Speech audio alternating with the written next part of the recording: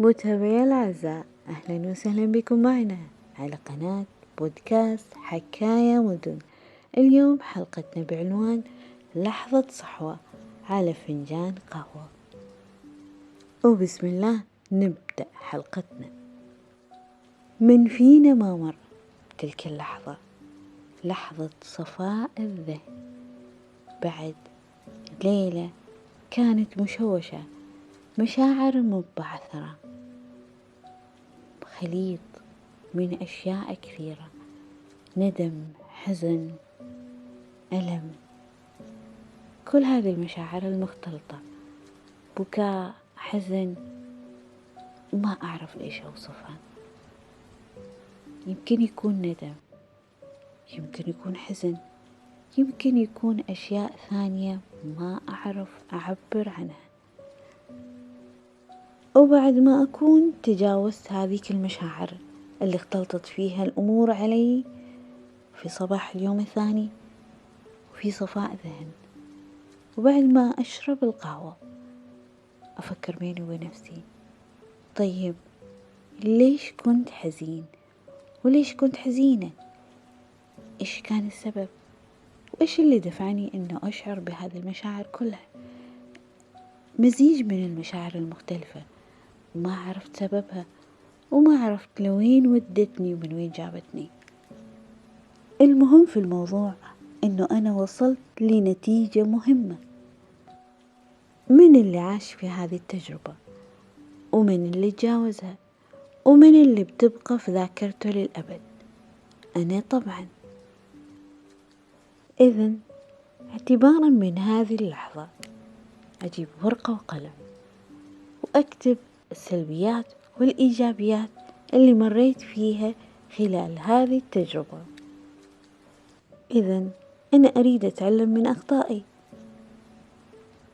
وأريد أعرف من الأشخاص المفروض أكون معاهم ومن الأشخاص المفروض أطلعهم من حياتي وأتجنبهم. أنا من يصنع تجاربه وأخطاءه، أنا من يسمح للآخرين بالدخول إلى حياتي من عدمه، أنا من يضع الحدود في علاقتي مع الآخرين، وأنا من يسمح للآخرين بتجاوزهم تلك الحدود من عدمه، وأنا التي تسمح للآخرين ذوي الطاقات السلبية بالتأثير في حياتي والدخول فيها. بعد أن أحصر كل الأخطاء التي قمت بعملها واستفادتي من التجربة التي مرت علي، أسامح الآخرين، وقبلها أسامح نفسي على التجربة التي وضعت نفسي فيها بكافة ظروفها وتفاصيلها،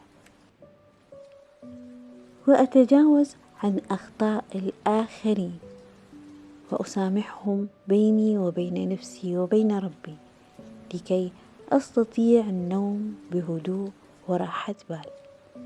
بعد ذلك أسعى لأن أكون النسخة الأفضل من نفسي، وأضع لنفسي أهداف أسعى لتحقيقها، ولو قسمت هذه الأهداف إلى أهداف صغيرة أحققها على المدى القريب والبعيد. وأسعى لتغيير نفسي، شخصيتي، شكلي، أفكاري والمحيطين حولي. أسعى لمجالسة ومصاحبة ذوي الطاقات الإيجابية والابتعاد عن ذوي الطاقات السلبية. أسعى لتغيير وضعي المادي، وأسعى لتغيير وضعي الصحي. أبدأ بتغيير عاداتي الصحية، أبدأ بتغيير عادات الأكل، أبدأ بممارسة الرياضة، أي نوع من الرياضة التي أحبها.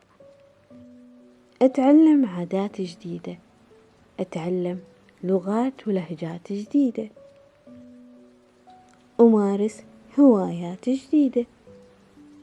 كل هذا وأكثر لكي أصنع أنا جديدة. متابعي الأعزاء، إلى هنا نكون وصلنا لنهاية الحلقة. كل هذا كان لحظة صحوة على فنجان قهوة. نلتقي في الحلقة القادمة. دمتم بود وفي أمان الله.